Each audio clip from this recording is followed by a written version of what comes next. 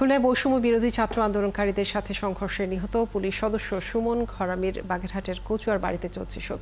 প্রিয়জনকে হারিয়ে স্বজনরা অনেকটা বাকরুদ্ধ। ছেলের শোকে বারবার মূর্ছা যাচ্ছেন তার বৃদ্ধা মা। সমবেদনা জানাতে এসে প্রতিবেশীরাও চোখের অশ্রু ঝরিয়েছেন। সুমনের হত্যাকারীদের দ্রুত গ্রেপ্তার করে বিচারের দাবি জানালেন এলাকাবাসী। 100 গ্রাম রাঁধুনি হলুদ বা মরিচের গুঁড়ার সাথে 2টি এবং 200 গ্রামের সাথে 4টি রাঁধুনি স্বাদ মেশালি ফ্রি। বাগেরহাটের কচুয়া উপজেলার কিসমত মালিপাটন গ্রামে সুমন ঘরামির বাড়িতে বারবার মূর্ছা যাচ্ছেন তার মা। তাকে সান্ত্বনা দেওয়ার ভাষা হারিয়ে ফেলেছেন স্বজন আর প্রতিবেশীরা।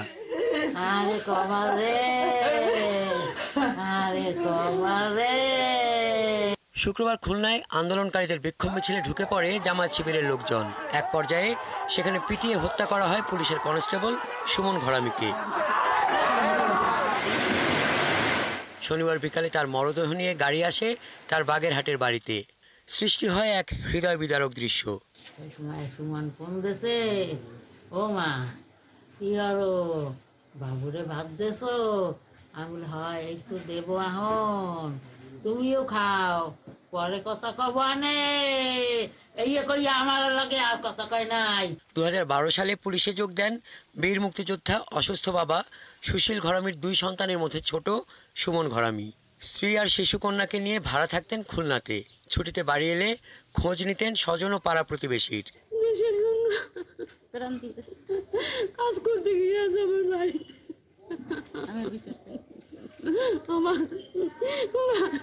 ভালো মানুষ, আমাদের এই বাড়িতে আসতে পরে আমাদের খোঁজ খবর নেই। সুমনকে যারা মারছে তাদের বিচার চাই।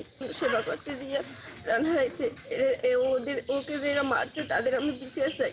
সুমন ঘরামির পরিবারকে পুলিশ প্রশাসন ও সরকারের পক্ষ থেকে সর্বোচ্চ সহযোগিতার আশ্বাস দেন বাগেরহাটের অতিরিক্ত পুলিশ সুপার।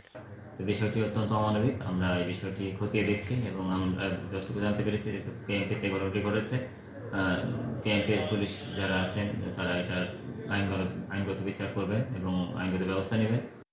ধর্মীয় রীতি অনুযায়ী নিজেদের বাড়িতেই সুমন ঘরামির মরদেহ সমাহিত করা হয়। হাসান আহমেদ, 71। কোটা সংস্কার